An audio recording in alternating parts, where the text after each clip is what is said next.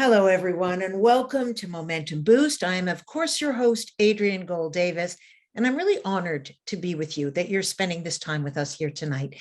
So this month at Momentum, we are continuing with our theme of courage.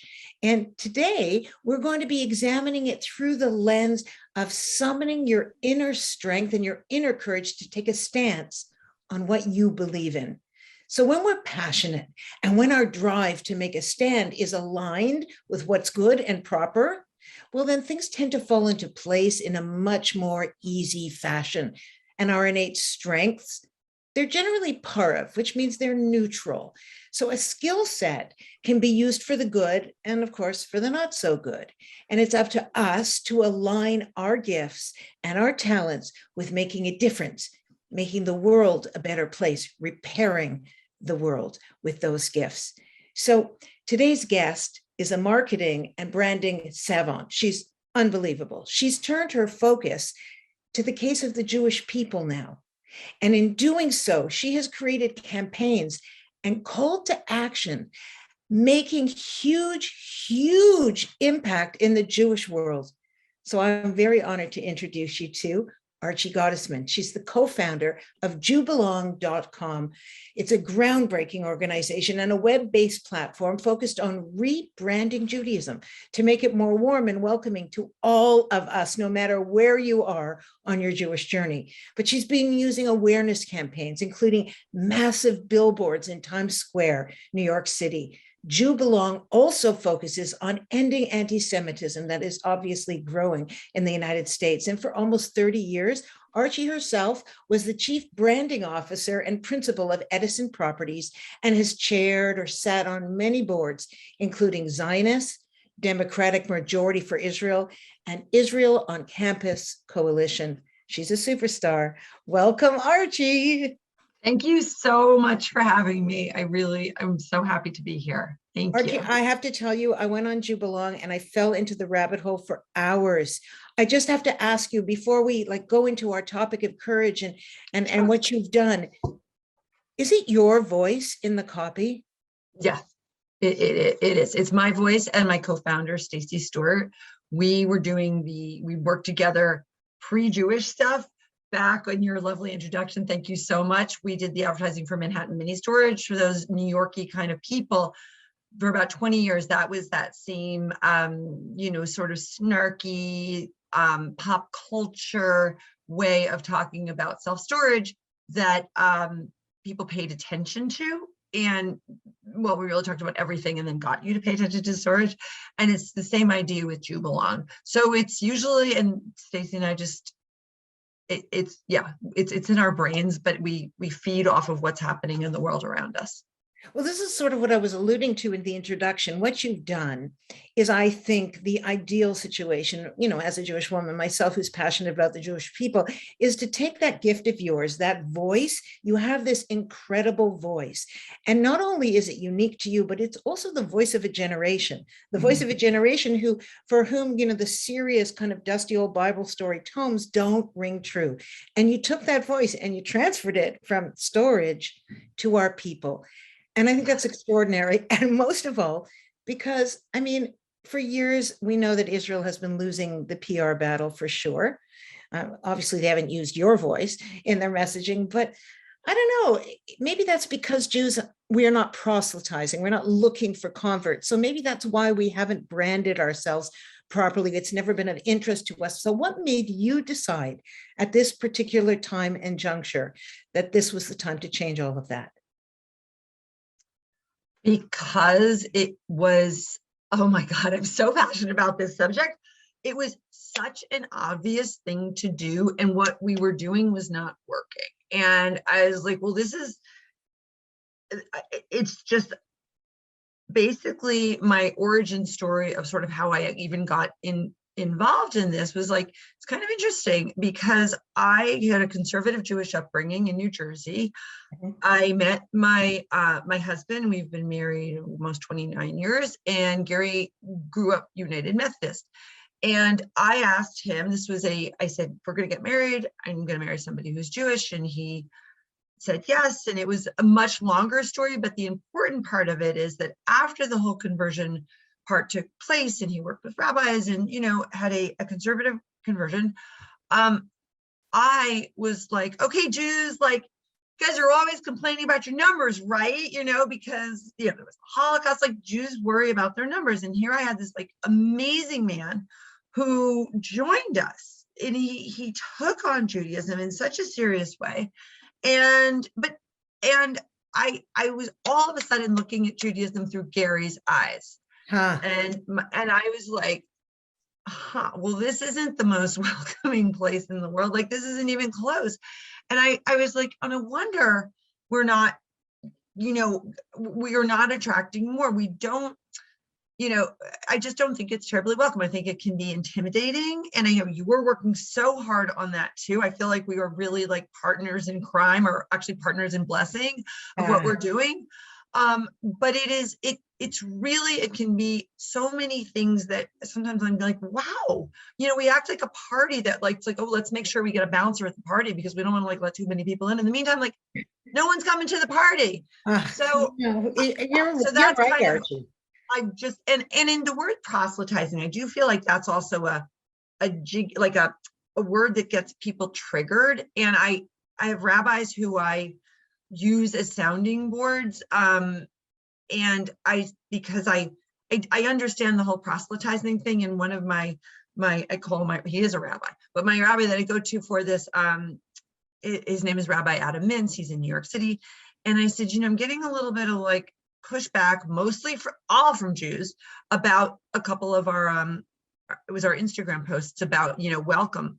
And he said, you are welcoming. Yes, Jews don't proselytize, but there is a difference, and we can argue about that, about proselytizing versus welcoming, and we are radically welcoming. And there's no question. So there's the difference, obviously, between proselytizing and welcoming. Is proselytizing is encouraging people to convert. Welcoming is making sure that everybody who wants to be in this tribe has a safe place to go. And that is across the denominational divide. It does not exist in any one movement. And in fact, we really do have more that unites us than what divides us. At Momentum, that's what we focus on. And I see that that's what Jew Belong is trying to do too, is trying to be an inclusive place. But, given everything that's happening, and of course, there is such an increase in anti-Semitism, obviously under the guise of anti-Israel, what you did with those billboards in New York, can we talk about those for a minute? Because that's what got my attention. I was sharing that all over my Instagram. I didn't know who you were. I didn't have a clue about Jew Belong. I just suddenly saw that somebody took her money and put it where her mouth was, and creatively and in a hip and modern way. So can we talk about that a bit? Where did that? Are you kidding me? We could talk about that all day and tomorrow too. Yeah. Okay, tell me, go. Okay. So the reason that I started, and I'll just tell you the most popular, we do a lot of testing of messages. It's important because, Adrian, you and I might think that's the best line ever, but if it doesn't land well with our audience, which by the way is a lot of non-Jewish people read billboards. This is not for the Jewish community. It is for both, actually. It's Jewish and non-Jewish. But, and one of the lines is, it's been 75 years since the gas chamber, so no, a billboard about anti-Semitism is not an overreaction. So that is our biggest, test the best, and there's many more, but or I'll tell you one more. Does your church need security cameras, or does your church need not security camera, armed guards, because our synagogue does? And then actually I'll throw in one more. Will a billboard stop anti-Semitism? No, but you're not a billboard. So it's like hitting people, like making them think, and then also like waking people up. And the reason that I was motivated to dive into this, because we just discussed, like I was interested in Jew Belong making a larger pie for Jews, welcoming and teaching and simplifying in many ways for people who are just super intimidated and feel really disengaged. But I'm on social media a lot because we do a lot of advertising, because that's how we find these DJs. We call them DJs or disengaged Jews and Jew Belong. Oh, I love that. DJs. Yeah, so we're looking for DJs, and I'm on Instagram all the time. And anti-Semitism was beginning to get higher and higher. This was back in May 21, and I'm like, what is going on? We are on my phone. I see really the normalization of anti-Semitism. It's not that anti-Semitism started, it was just becoming kind of acceptable. And people who have no dog in the fight at all, couldn't find Israel on a map, are suddenly, they're Palestinian experts. They're deciding like that Israel is the oppressor and, killing Palestinian babies, and no one is correcting them. I mean, it is criminal what happened. What do you think about, I want to ask you something. Yeah. What do you think about Bella Hadid on the cover of Vogue this month? I think it's horrible. And I think Jews and allies need to speak out much stronger. And the only way those kind of things are going to get fixed, because I know a few people who are trying, it's going to be when advertisers call up Hearst magazines and Condé Nast and say, okay, I'm not, by the way, I mean, this is the one that always sticks in my head was, I'm Ralph Lauren, I'm a Jew. And by the way, I'm going to pull my advertising because of what you are, because what you're posting, because she has been so public. Gigi Hadid, by the way, I think this is an interesting, and I disagree with her vehemently, but she has, what her views are her views. What really should make everyone super worried and super angry is that Vogue has reposted her. Vogue has now turned into an anti-Semitic vehicle. And because it's that, I guess, I'm assuming they think it's good for business. These things are made because they're business decisions usually. And that is, it's awful. And until the Jewish community and allies start speaking out about that, my guess it's going to get worse. Let me ask you that. something. Before your husband's conversion, because my husband is also a convert, and I understand what happens that, often it's the person who converts that, really raises the sensibility of the person who was born Jewish. And if it wasn't for my husband, I don't believe that the passion that I have today would have ever been ignited. I don't know if it was reactive or in spite of or despite, but whatever it was. When you were writing and doing marketing, for storage and so on, obviously you're driven by your creativity, your voice, your desire to sell a message. But what happens when we align our personal gifts to something that has a larger purpose? Did something happen within you? Do you think that it took a certain amount of courage to get outside of the generic use of your skills and go inside of something decidedly partisan and make a stand for something? I suspect there's been pushback all over the place from as much compliments as you get. I'm sure, we're Jews, right? 2 Jews, 3 opinions, you're going to get a lot of negative. But what changed for you when you started putting your talents to something larger? Oh, that question. So this is interesting. So when I used my talents, and you're so kind to, thank you, I appreciate that so much, for storage, I was doing that in my family's business. And this is it's going to brings up other issues, but I thought I was going to do that forever, ever. I had no plans. Like, it's family business. I was going to do it till I died, and then, more family would do it. But there was a failure within my family, and it's not painful anymore to talk about because years have gone by, but I ended up leaving that. And I truly was at this, and I think this is so, I was at a crossroads. I didn't know what I was going to do, my whole identity. And it was failure. Like there was a failure in my plan. And so to be able to then have a second chapter, and I never had planned on having a second chapter. I had one chapter, which was the business. And for it sort of came out of that failure, was this idea of like, well, I've got to do something. I didn't want to not have anything, I had a career. I wanted to do something. And Jubalong really rose from a space of failure, which it was really unplanned. It was not scientific. I never would have had that as my strategy. But I hope that if anybody's ever watching, listening to this, or, really, I 100% wouldn't have bet that would have happened. I was so wrapped up in what I was wrong that then when I look now and say, oh my gosh, Jubalong is it can be a blessing for people. And that happened because something negative happened. I think there was a lot of sort of unplanned for goodness that came out of that. So from a Jewish perspective, we call that HP, Hashgacha Prati. You know, the I whole never knew that.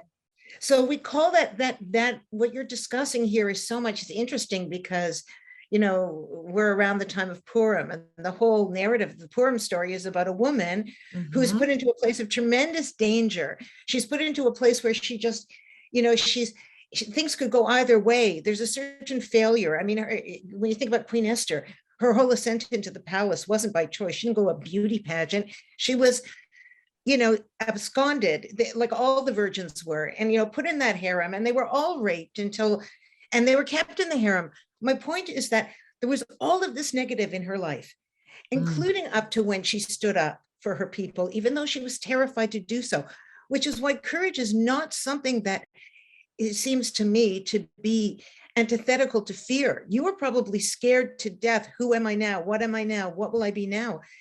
And, you know, from my humble point of view, God closed that door so you could open a window. Like, that's okay. That is just an amazing thing to say. And that's why Do Belong is so important, and momentum is so important, because it's the things like that to draw a personal experience. But it's like, yeah, that was your experience, but that means something deeper. That is what Judaism about. That is Judaism. And that is the message that, you know, that you guys do so phenomenally beautifully, that Do Belong does in a much less, we do it in sound bites because we have a little bit different audiences, but many, you know, much overlap, where we just say Judaism is beautiful. Like, you might have thought it was this, but it's actually that. Let me have you take another look. You know, come on in, the water's fine. It's that kind of a thing, which adds so much to life. Do you think, excuse me, do you think in general, Judaism needs to address its welcoming aspects using more modern voices? Because, you know, when I went on Do Belong, I was so struck by the consistency of the tone. There were a couple of swear words in there that might be problematic for some people. There's no question. There were a couple of things, for example, that I read that I went, I'm not sure how I feel about that. None of that is relevant. What I'm getting from what you're doing is you are saying the doors are open. All four sides of the tent are open. Just come in the house and find your way in. And the language that you use, Archie Goddesman, I just want to tell you, I have such a girl crush on you. I just think that you're brilliant. I want to go back to those billboards for a minute. Can you tell me a little bit about some of the response you got from a negative perspective, particularly about anti-Semitism? Did you get any Jew hatred back on your personal? Oh, wow. Do we get Jew hatred? So people, they reach out to us. It's usually direct messages, but emails too, where they, you know, it says Do Belong, which is the name of our organization, Do Belong in an Oven. Lots of that.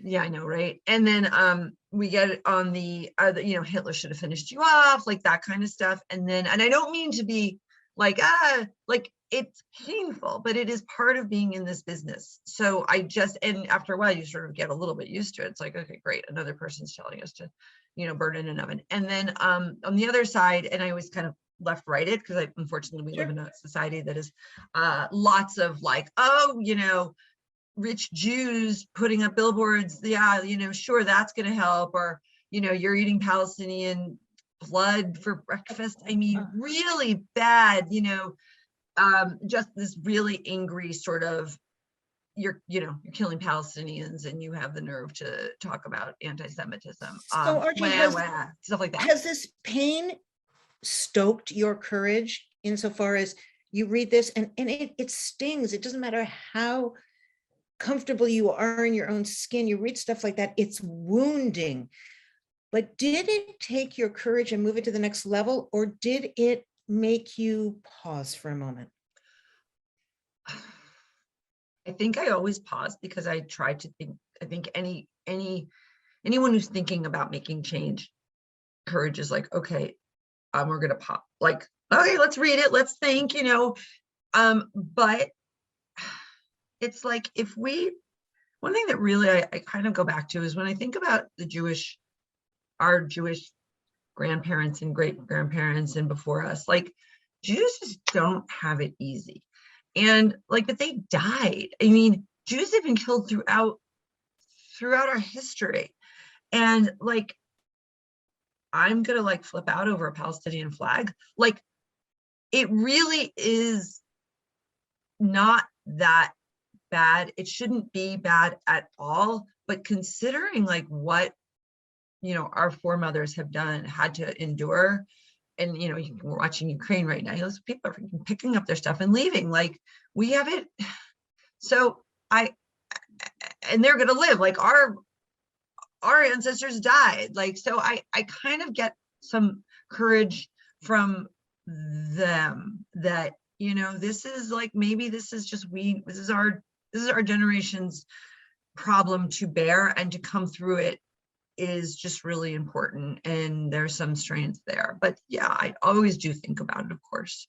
It's funny, you were mentioning the Ukraine. I think it was Sharansky, it may not have been, so obviously don't quote me, who said that when he was raised in Ukraine, having the word Jew stamped on his passport meant that he had nowhere to go. Mm-hmm. Today, having the word Jew stamped on his passport meant that there was nations who wanted to take him. And I find that encouraging. So fundamentally, I see that you're a person of action. You're a woman who like takes action, which I really respect. So if you could give our viewers just like a little piece of advice, what can we do? How do we stand up? Let's not worry for a minute about how the Jewish world is failing our young people, but from the other perspective, what can we do to make sure that we belong and that we ensure that our friends and neighbors belong as well? Regarding Judaism, not anti-Semitism? Yeah, regarding Judaism. Sorry, I'm jumping all over the place. No, that's fine. No, because they're both really important. I think that what we can all do is talk about our vulnerabilities when it comes to Judaism. And I think that we made up a word at Jubelong called Jubarissement. So it's Jubarissing that, like, I think that you're a little bit of a better Jew than me. And you might be like the loveliest person, you are the loveliest person, yet it like lives in me that I'm like, oh, I didn't go to day school, so she's more Jewish, and look at her praying, and they know what to do, and I don't know what to do, and oops, so I'm Jubarist. And Jubarissement is a phenomenon that has people exit, because we sort of go through life like, I'm looking good, like I've got it together, like that's kind of the game we play. So when Judaism says, I'm going to invite you into this thing, and everyone's going to know you don't have your stuff together, it's like, why would I do that?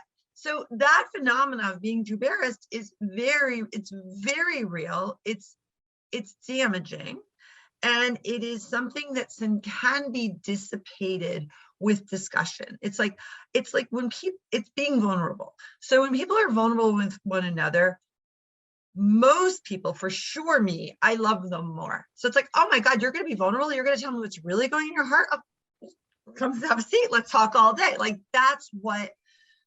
can be the vulnerability that talking about Jubarissement can open up. And I've had people say, I think I've been Jubarist my whole life. I just didn't know there was a word for it. And I was like, you have, there wasn't, there is now. And by the way, you are not the only one. And that does not make you a bad Jew. It might make you an unobservant Jew, which the last time I checked is not against the law, but it should never make you exit. And the way people doing their Judaism, intention means so much. Not necessarily, and I don't assume, like I don't have anything against halakha and however people want to do their Judaism is great. It is just I want to make space for people who really have no Jewish education. They feel so bad about themselves, and because we talk to them. That's Jubelong's core audience, And like, they have so much guilt over something. I'm like, well, how would you know? You never went to Hebrew school. You didn't have a bat mitzvah. You never know. Like, and you feel so bad about like that was, by the way, you were a kid, like you're an adult person now. Like, it is okay to feel whichever way that it is. And it's about those discussions Well, in my, or writing about them or however. sweetheart, our great sages would agree with you. So don't be embarrassed because, one of the most famous rabbis of all time, whose wisdom we recount and read about all the time, Rabbi Akiva, was 40 years old, completely illiterate, did not know Aleph Bet, married a woman whose father cut her off from marrying a guy who had no Torah scholarship. They lived in abject poverty. And he had an epiphany one day when he was looking at this stone at the back, like in a brook, and it had a very thin hole bore through it. And he noticed this trickling waterfall, and he noticed that there was these tiny drops of water, which over the centuries, over the millennia, had bored a hole straight through the rock. And he said to himself, if something as hard as rock can be penetrated by something as soft as trickling water, then something as soft as the flesh of my heart can be penetrated by something as fiery as Jewish wisdom. And he went on to become the greatest sage with thousands and thousands and thousands of followers. So not only is it never too late, sometimes those of us who come from nothing don't have stuff to unlearn. They don't have mishigas to unlearn. Right. And so, I don't know about your husband, but my husband's Judaism is so pure. It's so beautiful. It's so untainted by the shtick of his life from being a kid. I mean, do you know that old joke about, the woman who puts the roast beef? She always cuts off the ends of the roast beef. She asks her mother why. The mother says, I don't know, ask Bubby. She calls Bubby. Bubby says, I don't know, ask my mother. She asks the elder Bubby, and the Bubby says, because my pan was too small. So we have all of these traditions. We don't have a clue what they mean. What you are doing is extraordinary. What you're doing by combining both the political anti-Semitic rhetoric that you are objecting to in billboard size with your unique voice, and boy, is it unique. I'd like to read a book you read or you write, because I think you're a fabulous writer of a novel. And that with this organization opening up the tent so that people don't feel Jew-embarrassed, I think that you are a modern day Esther. And I just want to tell you how honored I am to have been able to spend some time listening to you. Thank you. Everything you say, I feel the same. And I feel like, as I said earlier, we are really like boats paddling in the same direction, and where we can help each other. I think it's important. It's more than good. It's critical. And if I can just add one more word about courage, because I think this is, we're talking about Judaism and how we brand and how we speak.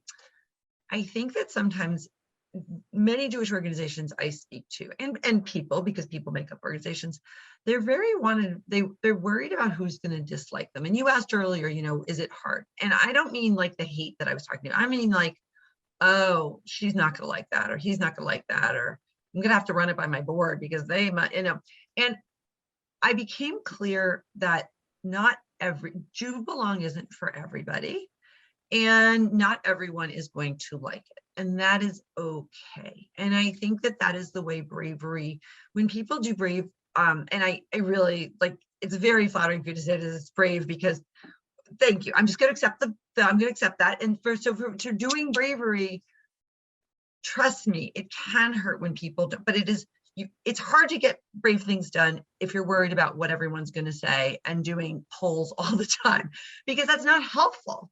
So for anyone who's doing it, listening to this or thinking this, when you have an idea and your gut is right and no one's going to get hurt by it, just like try not to let the naysayers bring you down, because they will be there. I guarantee it. They are there for everyone I know, and they just might not understand your light and your spark. So try to put their voices, just don't focus on them, focus on what you know is right. And I think that could help with the confidence.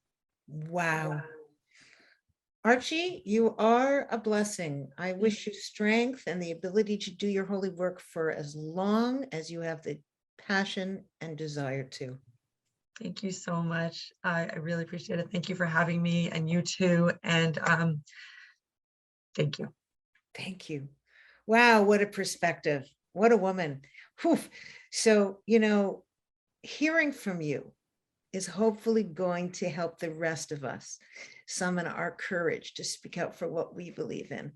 So again, thank you to Archie, and from myself, Adrienne Gold Davis, and all of us in your Momentum family, please remember that as we learn and grow and spark our courage and take a stand, that the highest form of wisdom will always be kindness.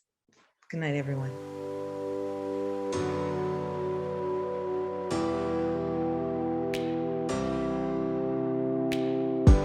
I've got 1,000 questions coming from deep within. Wanna cut through the clutter. I need to know that my next move